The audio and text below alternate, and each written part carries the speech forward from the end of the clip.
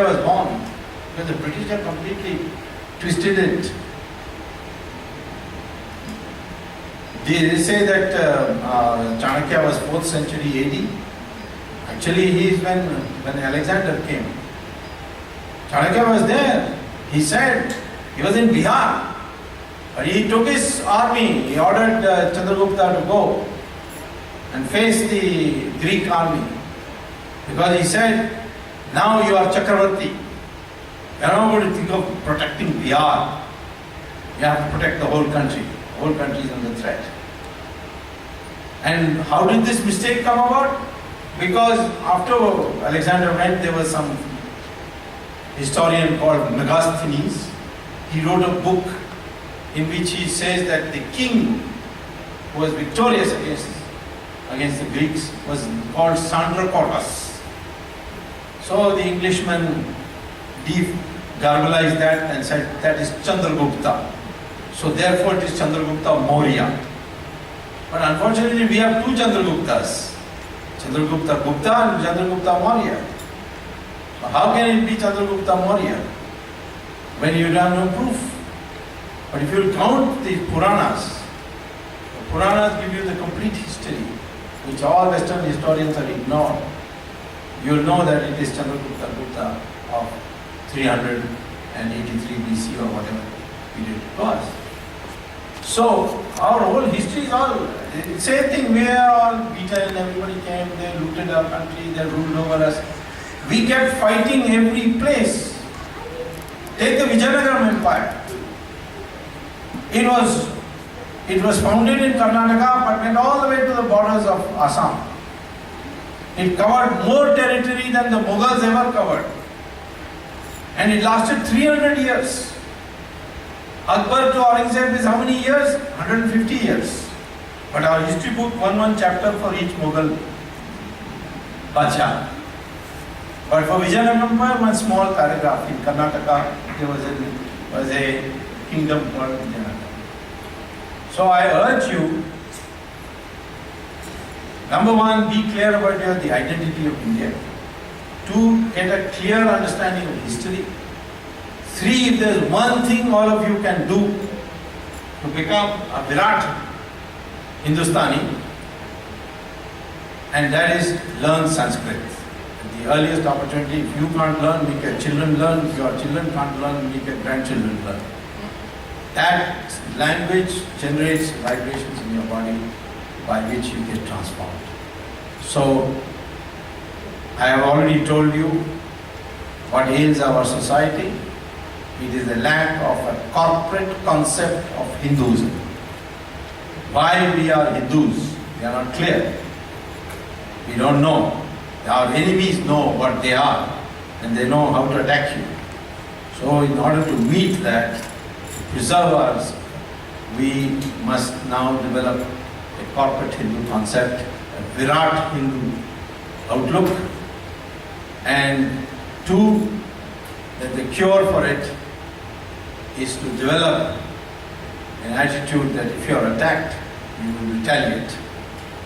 Just as Lord Krishna teaches you, as Lord Rama did, these great traditions teach you that when injustice is done, you will retaliate. And not say that, this is our karma and we have to suffer it. Thank you very much.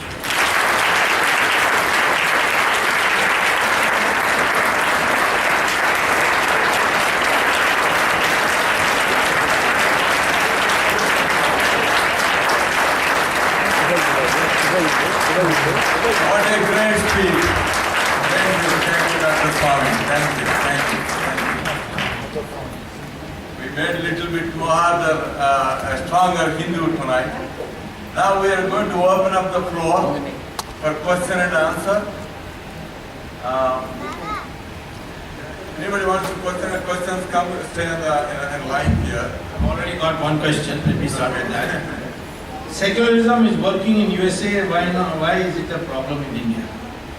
Is it working the way secularism is working in India? Why Bobby Jindal became a Christian?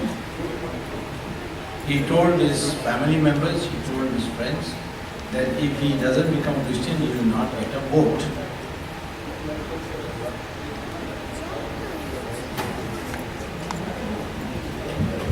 Yeah, there's another governor, lady governor. She also converted. Why? It's a more sophisticated way of doing it. But the undercurrent is very clear. Can I say that nobody can be a vice president or president of India unless he's a Hindu? Or at least spread it in such a way that they become? We don't do it.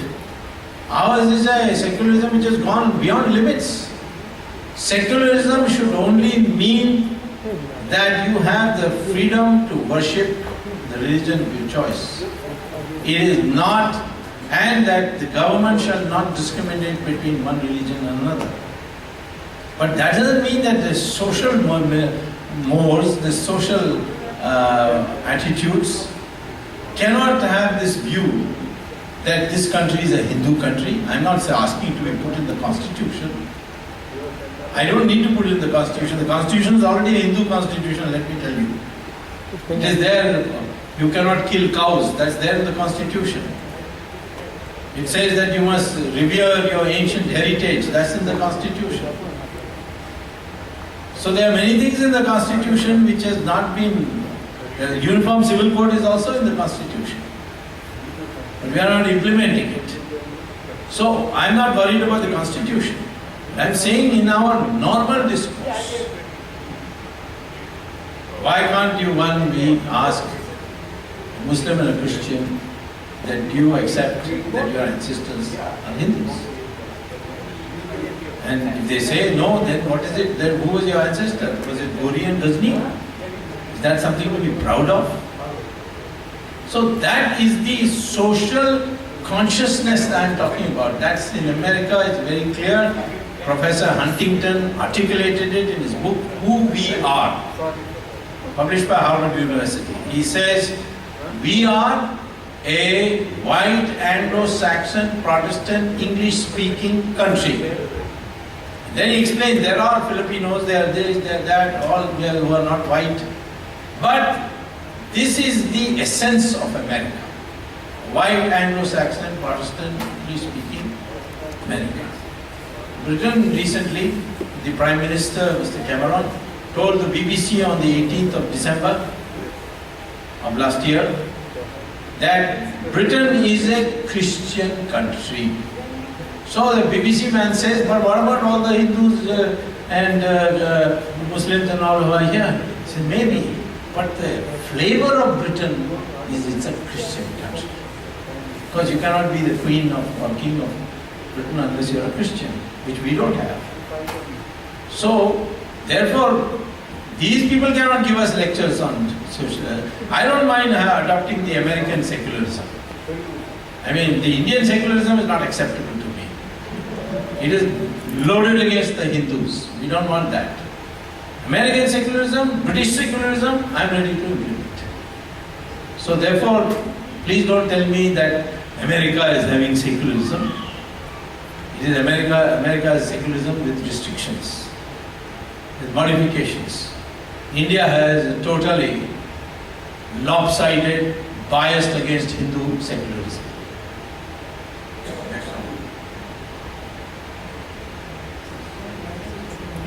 My question is, in your opinion, should India be declared a Hindu nation? It is a Hindu nation, why should you declare it? 85%, 83% are Hindus. So what do you gain by declaring? Do I want that the next Prime Minister should be a Hindu? No. But I certainly would fight tooth and nail if somebody said I'm a descendant of Ghori and Ghazni and I want to be Prime Minister of India. No. If he says that I am also part of this country is as much mine, but my ancestors are also from here, then there's no bar to a Muslim or a Christian becoming Prime Minister of India. So, Hindu nation, we don't need the formal declaration.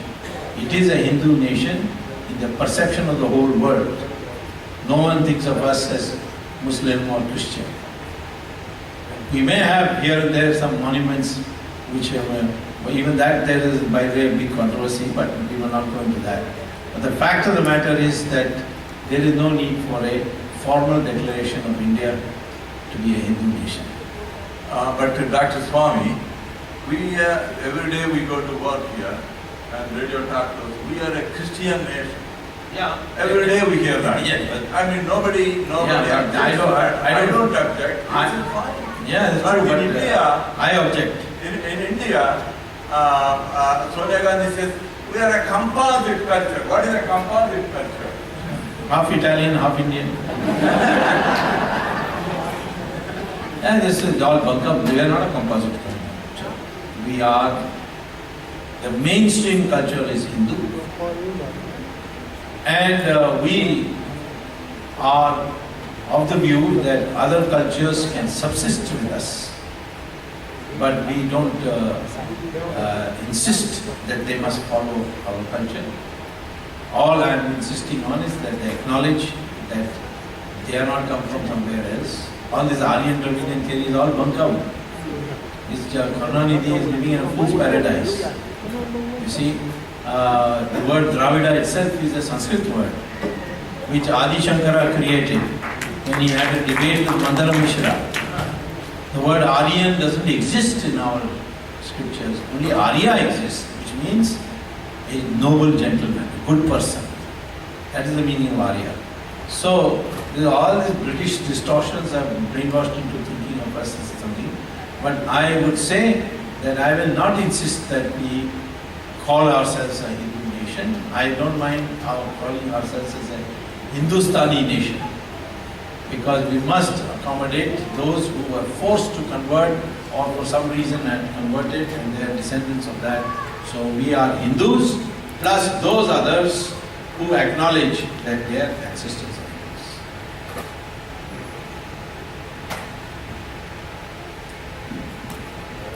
Wonderful, sir. My name is Anil Maheshwari. My name is Anil Maheshwari. When I came here, I thought you would talk, broader, or let me broaden the discussion. This is very political and social level and inter-religion discussion. I think one of the things that ails Hinduism also has is that it hasn't shown the successes that its spiritual core should show. I mean, the goal in Hinduism is that human beings should reach moksha.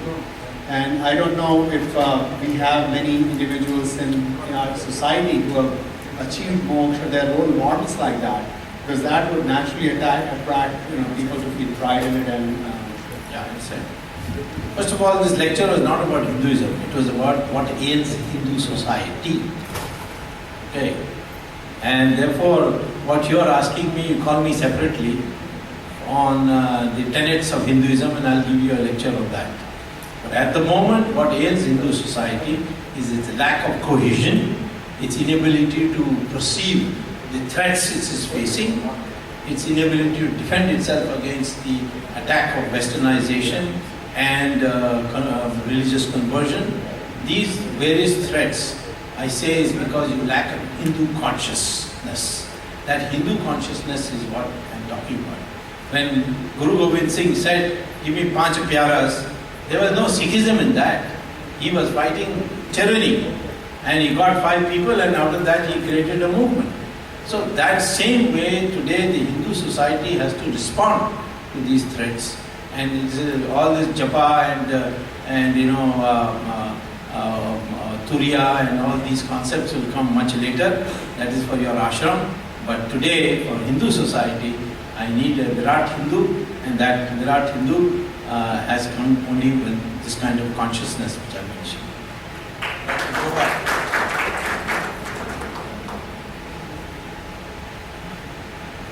My name is Kollur Guha, and I would like to say that welcome back to Chicago.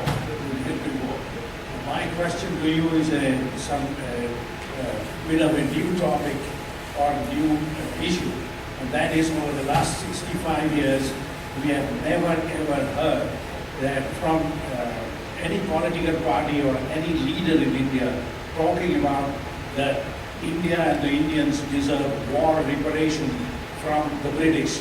It is only now, relatively recently, that we are listening from the camp of Swami Ramdev that they are now talking about it. Why is it that for the last 65 years, no political party, no leader ever raised this issue, which is well deserving to the Indian population in India itself?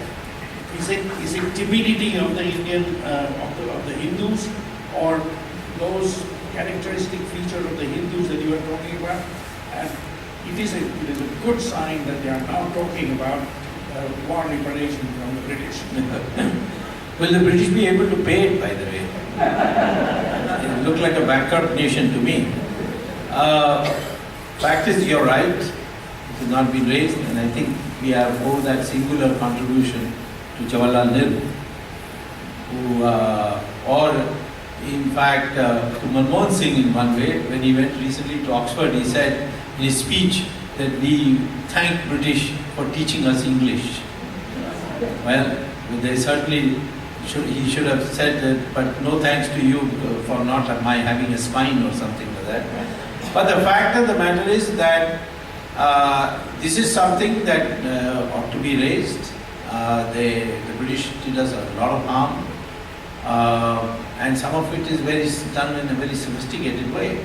For instance, the zamindari system ruined our agriculture because of the British decision that they told the zamindars, were mostly criminals at the time they were chosen as zamindars, that you will give us annually so much money to run the British administration and the British army, and how much you collect, we are not concerned. And the zamindars then bled India thoroughly. They sucked every little thing that they could out of the agricultural system, and that's why in 1947 our agriculture is in such a miserable state. We have done nothing very much to ameliorate that situation. So this systematic elimination of Sanskrit and bringing English, the history books, the distortion, the disunity, what they did with partition, the mischievous way they did it, all these definitely call for reparations. The only thing is that whether we should do it by a direct demand or the way the Gujaratis have done by buying East India Company or Ramdev, who was born and bought an island off the coast of Scotland. I think maybe in the future we may be able to buy off Britain rather than get reparations from that.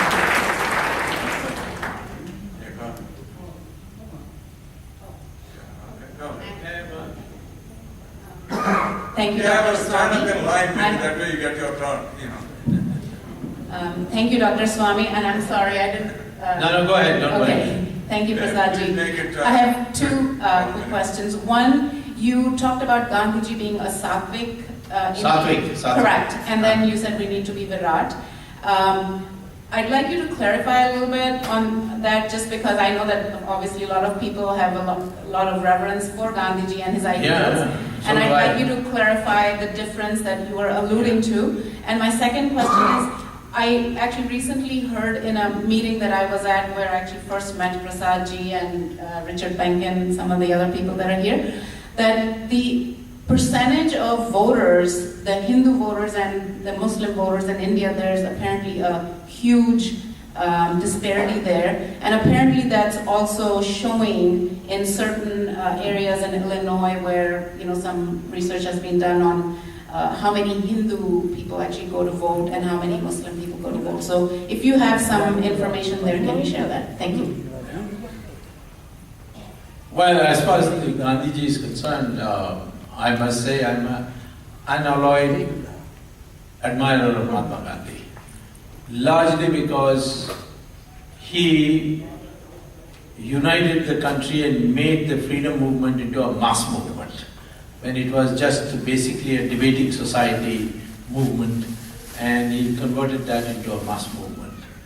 Now, he made many wrong decisions. For instance, choosing Jawaharlal Nehru over Sardar Patel. But the mistakes anybody can make. And on conversions, I quoted in the Himachal Pradesh High Court, I quoted Mahatma Gandhi's writings in the magazine called Harijan from the collected works of Mahatma Gandhi.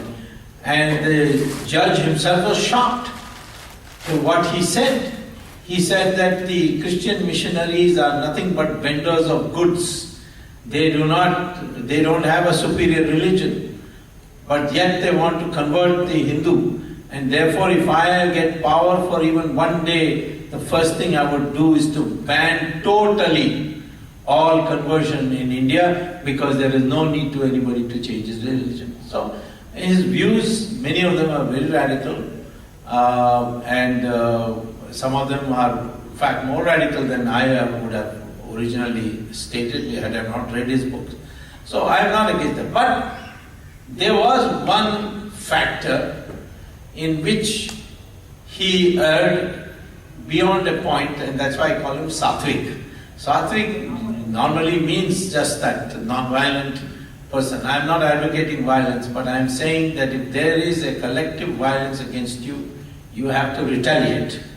Whereas Gandhi systematically advocated it was okay for the Indian population versus the British soldiers or the British police, where the Indian could not have fought with weapons. The British, the method that Gandhi chose was the correct method, but it got extended as a principle for dealing in foreign policy, defense policy, and that is why I call him Sattvic and distinguish myself from his way of thinking by saying we must be hierarchical Hindus. Now, as far as the voting thing is concerned, I don't think we have got the latest census figures out, but there have been occasions when the Hindus have voted a larger percentage than Muslims, and that was in 1977 and 1984 when Mrs. Gandhi was assassinated. Please limit your question 1 minute. I would say it's rather not a question, but I have come to express my feelings. As a very staunch Hindu, I find no hope for Hindus in India. I'm being very pessimistic because ours is a party politics, and the parties want votes, and so they go by the Muslim community as a whole. They go and vote for whatever party they think they will do good to them. But the Hindu society is divided, and when Lakshmanacharya was killed in Orissa, not a single parliamentarian made any statement, whereas when the Hindus they made an attack in retaliation, everybody was criticized, and all the parliamentarians they I understood your question. Yes, and then so with the party politics where they want only votes, and even Jayalalitha, when she wants to do something good, she wants votes from Muslims and Christians, so she's not able to do even this prevention of conversion. And I see in Chennai, where I live, around our community, every household, every housemaid who is coming to our domestic help, everybody is getting converted to Christianity. Lot of conversion is going on. No steps have been taken. I even hear that. Indirectly, the Congress party is encouraging the conversion with lot of funds coming back, particularly from America. It's from US. Majority of funds are coming to India. I think for membership, and they are doing nothing because they think by converting half the Hindu society as Christians, they'll get all the votes as a secular party, and BJP will not have any chance. I've understood. I've understood your point. I said this is not a question. I agreed. I've understood your point. Yes. Let me just respond. I'm very clear about everything here. Yes, let me respond. So I have no questions, sir. Okay. I just came to let me respond. Let me respond. First of all, I'm very pessimistic about the future of Hindus in India. let me respond by saying I invite you to come back to India and join politics. Number two, all these ailments that you mention are because Hindus are not united. Who says Hindus cannot be united? Did they not unite in Uttar Pradesh during the Ram Janmabhoomi movement and give a huge mandate to BJP, which BJP may not have lived up to? That's another matter. But the fact is that the Hindus have shown that they're capable of uniting. They united as Hindus across the caste barriers during the 1977, particularly in North India, where they didn't allow Congress to win a single seat in most of the states. So Hindus unite, politicians will change. Mulayam Singh told me one day that I as a Yadava cannot win without Muslim vote. But the day the Hindus unite, On that day, I will declare that I am a Hanuman Bhakta and I will do japa in front of everybody on it. So why blame the politician? You unite, and I don't want all 83% of Hindus to unite. I want only 42% of the Hindus to unite. If 42% of the Hindus unite, the Hindu party will get 2/3 majority in parliament. So, therefore, it is possible because today BJP is getting 28% of the vote. I think you need to go push it a little more. Even 35% will give you bare majority. Absolute majority on your own. And 40%, 42% you will get 2/3 majority. So the key factor that you mentioned is the lack of Hindu unity, and that is what we need to create. Not blame the politician or blame the other sides who are voting as a bloc. Limit your question to 1 minute. My name is Ajay Jain. You partly answered my question. I'll focus on the meat of it. Given the state of Indian politics right now, in the short run, I find it difficult to believe that somebody who holds views like you, by the way, I totally agree with them, like all of us, or somebody like Narendra Modi, even if you get simple majority or the largest party in the parliament, it's not going to be allowed to become the prime minister. It seems hard to believe in the short run, in the next election. So do you think the presidential form of democracy like United States or even a small country like Sri Lanka would work better for India for us to achieve the kind of goals that you have? That's a theoretical question. Who's going to do it? In 1980, when the Janata Party finally broke the third time, and slowly I was reduced to almost a single member. So I got elected as a single MP. Twice of the Janata Party, and both times I became a minister. First time in Chandrasekhar's government, second time in Narasimha Rao's government. So people were saying how one MP can become a minister. I did become. So whether Narendra Modi is to become prime minister or I have to become prime minister or whatever, please don't assume on a straight line projection that it can't be done. Anything can happen. What we need to do is to strive for it. And as Bhagavad Gita tells you, the fruits of your action, you are not in control. Maybe if God wants a new Hindu government, He will see to it that despite all your reservations, you might be able to form a Hindu government. Namaste, sir. Your clarity of thought is really amazing. My question to you is, I really hope the next time around the central government is NDA, of which you're part of. What will be the top 3 things that you will do as part of NDA when it comes to power at the center? Abolish income tax. Step number 1. Step number 2, link all the rivers of India on a gigantic project. Step number 3, globalize Indian agriculture. Do I have to do anything else like Hindutva, black money? Once you abolish income tax, the process would have started. Of course, catch Sonia Gandhi and put her in jail, that will also. But that's not the first, amongst the first 3, it will be 4th or 5th or something. But otherwise they will say, these people are doing nothing else except chasing, like we did when Janata government. When we tried to put Indira Gandhi in jail, they were saying, all they are doing is only putting Indira Gandhi in jail. So this human factor of the Indian, all the time feeling sympathy for the underdog, that we have to take care. But I would say that black money is not a big problem. And fighting for Hindus is not a problem if the country knows that the leaders will not put up with nonsense on this. So you don't have to do anything. It will happen by itself. It's like a policeman standing there, the thief will not try to commit robbery in front of him. The same way, if you get a Virat Hindu government, you don't have to do anything to scare anybody, it will automatically happen, because the people know that when you can't get away with something, they will fall in line.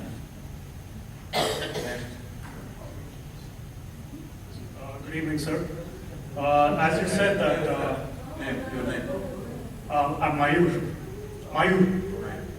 So as you said that Indians have resisted 800 years of Islamic territory and 200 years of Christian rule. But in the last few decades or after independence, we are slowly losing that resistance.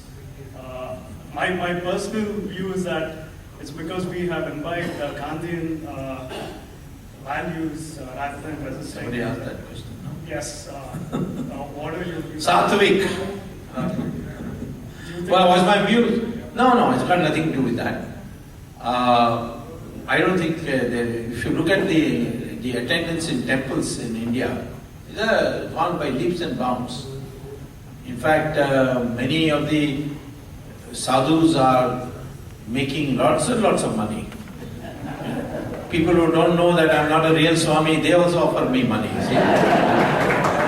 So, I don't think that we are losing. What is happening is that organic whole or the corporate mindset. See, I have said many times, numbers, we are 1 billion people, is meaningless if the mind is not ready. Suppose there are 1,000 goats standing at one place and one tiger comes. The goats are in majority, but they will run. And one of them will end up in the tiger's stomach also. So, what is the reason? Because the goats don't think as a collective. They think only of themselves and they run. Or strength by itself is not sufficient. In a circus, there will be 5 lions in a cage, and one thin, wiry ringmaster will come and say, "Get up, climb up." They'll all climb up the bench and sit there as he's ordered them to do. Each of the lions is strong enough to kill that ringmaster, but their mind has been so programmed from the time they were pups, you see, or cubs, that when they became big and strong, even then they didn't know their strength. That is why when people say, you see, Manmohan Singh is Prime Minister, why don't you act? He's like a circus lion, you see. Lions are also called Singhs, by the way. So, Manmohan Singh is a circus Singh, you see. And that ring mistress is there. She tells him, climb up, and he climbs up. Why doesn't he react? Because he's been prepared that way. He's been always in his life like this. So that is the key factor that we have to watch, and we have to therefore have a mental awakening.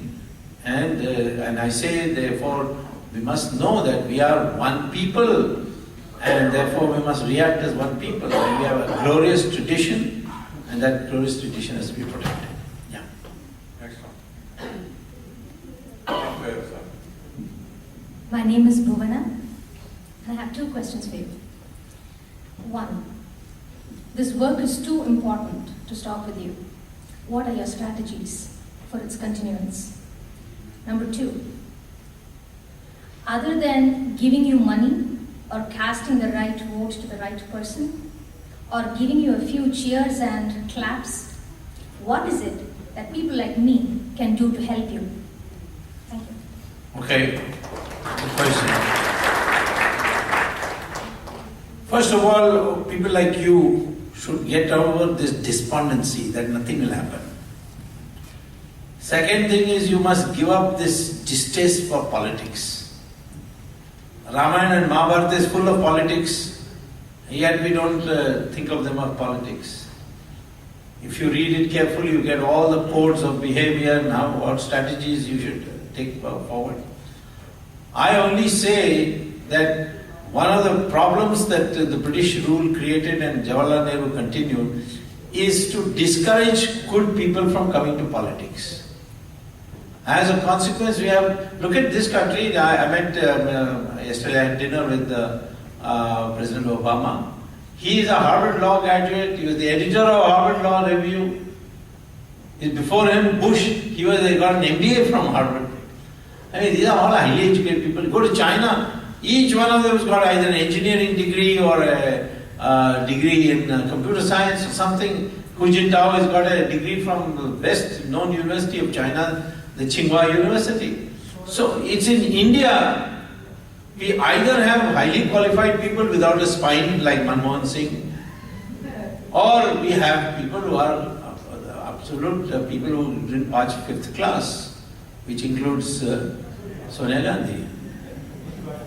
So, therefore, our problem is that that has to be corrected. We should encourage people. I'm not asking you to come to politics, but if someone in your ranks wants to go to politics, you encourage them.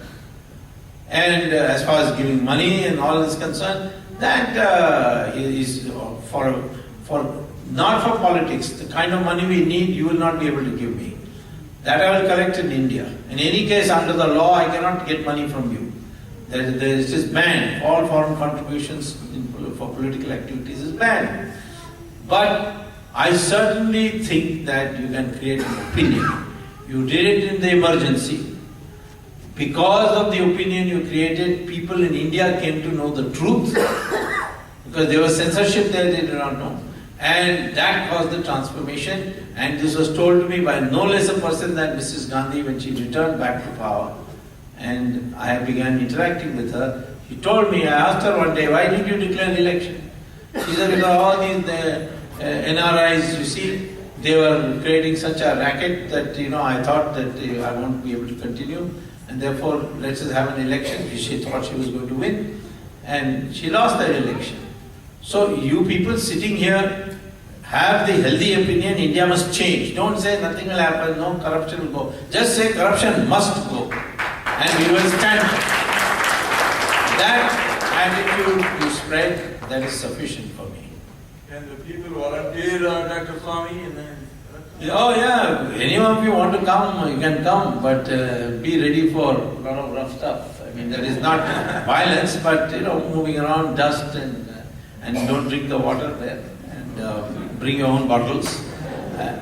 It's a tough going, but it's an exciting experience. Namaste, Subramanian Swamiji. I see all your work for so many years in the newspapers. I really want to do Pada Namaskar to you for the great contribution you are doing to Mother India. 4 points I want to mention. First one is politics are so corrupt, and now even Anna Hazare team is also sitting for past for so many days, and center is not responding at all. I am really concerned about one thing.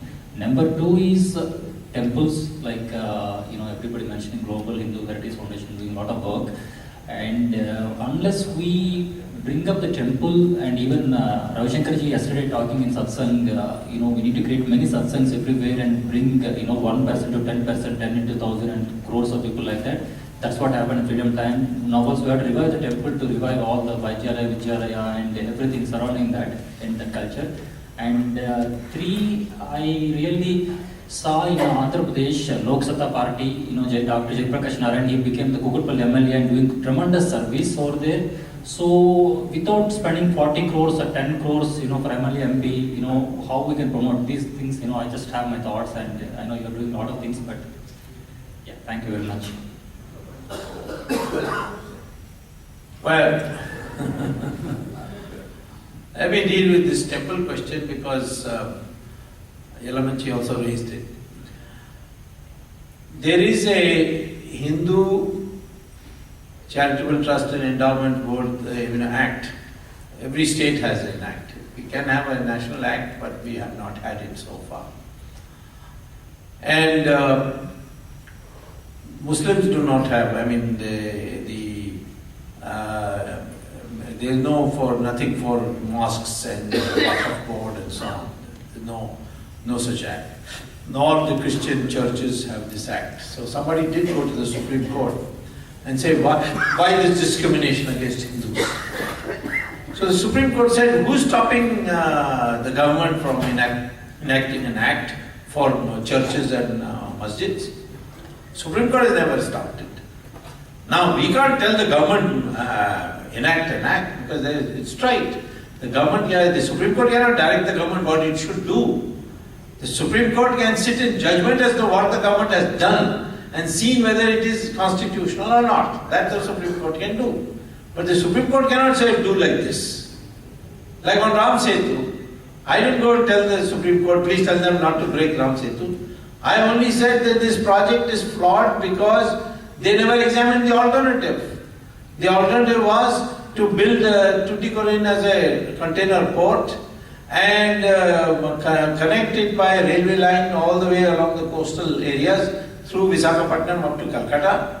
That is cheaper, more effective, and etc. I showed them. Or cut the canal through Rameshwaram Island, not through Ramsetu. They didn't examine that. They never examined any alternatives, they just selected arbitrarily this. So that arbitrariness is unconstitutional. So that's why they ruled, the Supreme Court ruled, that no, you cannot touch Ramsetu. You examine all other possibilities and come up with a proposal which the government is struggling to find.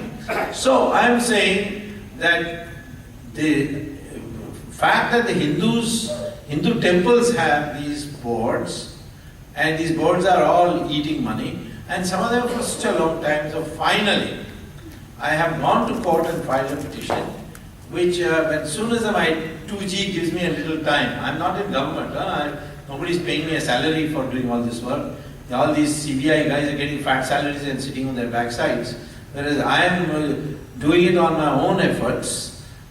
I am therefore want to do it one by one, so I am doing this 2G thing. The moment is over, I'll do it for the temples. I have filed a petition in the Supreme Court saying that the Hindu charitable trusts and religious endowment, whatever, that those acts must be modified by the Supreme Court to say that if you take a temple over for mismanagement of funds, within 3 years you must do the job of cleaning it up and return it back to the trustees. Now, when was Tirupati taken over? 1933. Many of the temples have been taken over 70 years ago. In Tamil Nadu, there are 47,000 temples taken by the government. I mean, is it a job of the government to run a temple? So, and they loot the money, they loot the land belonging to the temple, all that. So, as soon as that comes, I will win that case because there is a constitutional article which says, Article 31, bracket A, bracket D, bracket 1, bracket D, which says that no government can take over the property for more than a reasonable period. And I am interpreting reasonable period as 3 years. Certainly 1933 to today will be what? 70 years? No, 78 years. Almost 80 years, you see. Tirupati has been in 80 years. Now of course, what will happen if tomorrow the court agrees with me and says, okay, Tirupati must be returned to the trustees. I don't know who the trustees are. Some of them may not be there. I think it is some Haveli or some Hathiram. No. Hathiram used to be. Hathiram used to be. Maybe. Or we should create a trust of the Hindu Dharma Acharya Sabha and should be given to them and let the sadhus and sannyasis manage it. But we are bound to win that, and I don't think you should worry too much about this Hindu Dharma Acharya, this Hindu religious endowment and charitable trust acts. They will be at least become toothless. And I have already got a stay order on the Karunanidhi takeover of the Chidambaram Nataraj temple. So I've got a case going. As soon as this 2G gets into some, as soon as I reach a certain stage where I feel now it's on autopilot, I will definitely take this up. Now there are other questions also, but I'll answer them separately. Namaskar, Dr. Swami. My name is Prasannan Pillai. I am from Kerala. What I see is when a Hindu sees another Hindu, they don't, immediately accept them as their brother or sister. First, they have to understand, what their background is, what community he belongs to. I had an experience here in Chicago, where we have several communities and community organizations.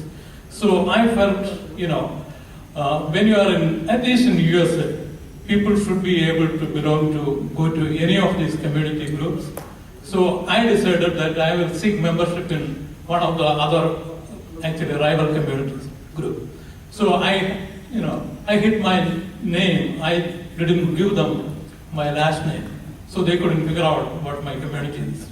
So I applied for the membership, and they said, "Oh, we will be happy to welcome you. You are in Chicago for so long. Why didn't you join us before?" So I went there, and once they inquired about me and they found out who I really was, they were very hesitant. And this was at one of the Hindu meetings of Kerala. So there If you are complaining about the present state of affairs, I will agree with you. But the reason is you got to change that. Right. So there I had to threaten them that if you don't give me admission to your organization, I am going to take you to court, because this country guarantees that I should be able to join any organization that I pay. So in Kerala, my question is in relation to Kerala. We have two large communities there. These two communities are always in rivalry, and these communities are caste-based organizations. So how do you address this issue? You mean the Nair and the Irvas? Exactly. You know the situation. So if these two communities come together, we can change Kerala. It will be a new Kerala. The minorities will not take away the resources. How do you? Well, I'm in Trivandrum on the 1st of August, and I have got information that the Nayars and the Irvas are coming together. So maybe you might hear an announcement very soon. So don't be despondent.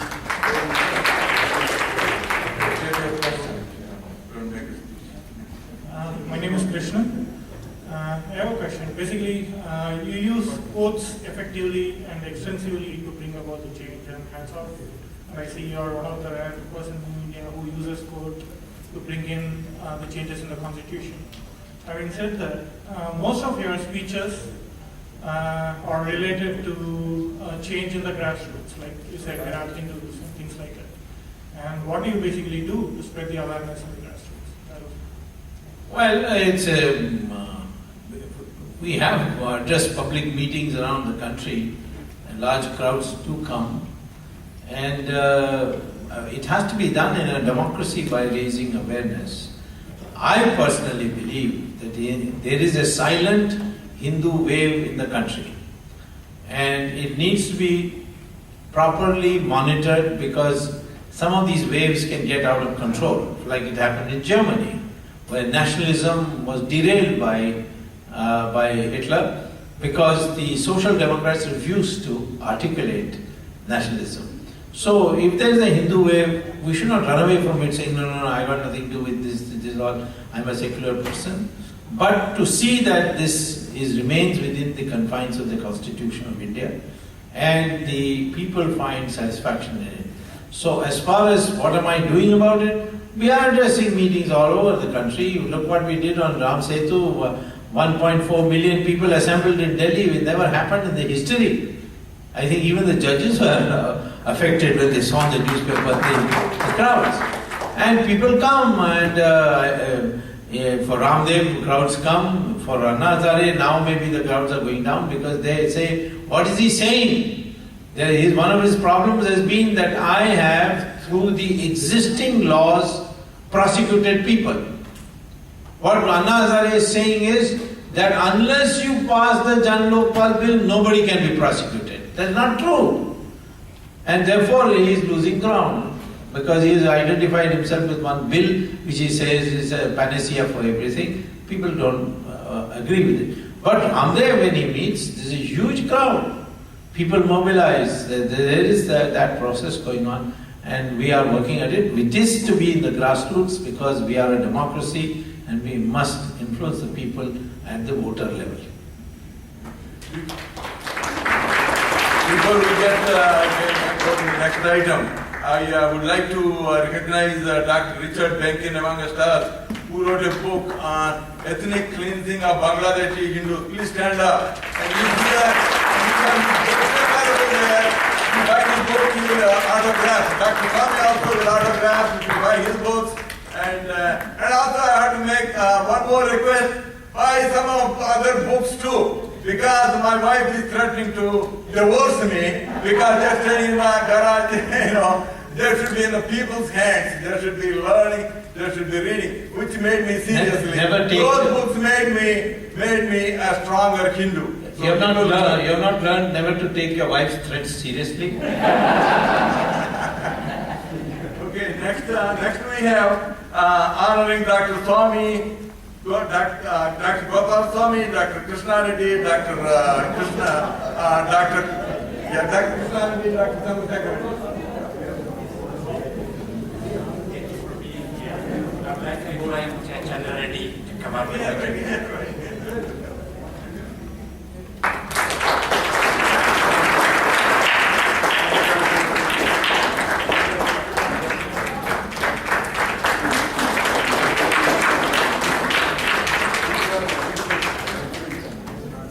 I would like to take 1 more minute to thank everybody for being here. And such a lively discussion. It's always a two-way traffic, and communication is the same way. And I would like to thank the audience, Board of Trustees, for Dr. Krishna Reddy to come by and join us, and Dr. Chandra Reddy for working behind the scenes to get it done. And the kitchen is open if you're still hungry. The Hindu temple has Sanskrit classes and Sunday school. Both adults and children learn Sanskrit. So if anybody wants to join, you're welcome to join. With that, I would like to say thank you again, sir. Good night. Okay, you have been a great audience, and thank you, Dr. Subramanian Swami, and for an enlightened talk. You are taking us to take hold of our business, and I hope we can pass on our children and grandchildren. Thank you very much.